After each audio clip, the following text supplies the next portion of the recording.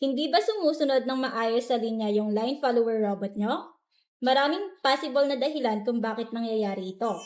Pwedeng sa sensor alignment, sa wiring, o kaya naman sa mismong code na ginagamit. So, isa rin sa mga importanteng factor dito ay yung paggamit ng PID control. Kung hindi pa kayo familiar, ang PID ay may tatlong main parameters.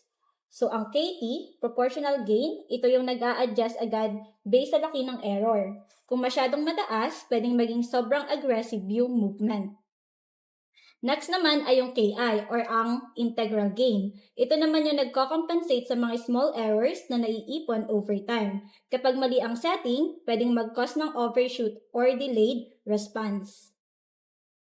Ang last naman ay ang KD, ang derivative gain. Ito yung tumutulong para maging stable yung movement kasi ina-anticipate niya yung changes at pinapabagal ng kaunti para hindi sobrang liku-liku yung robot.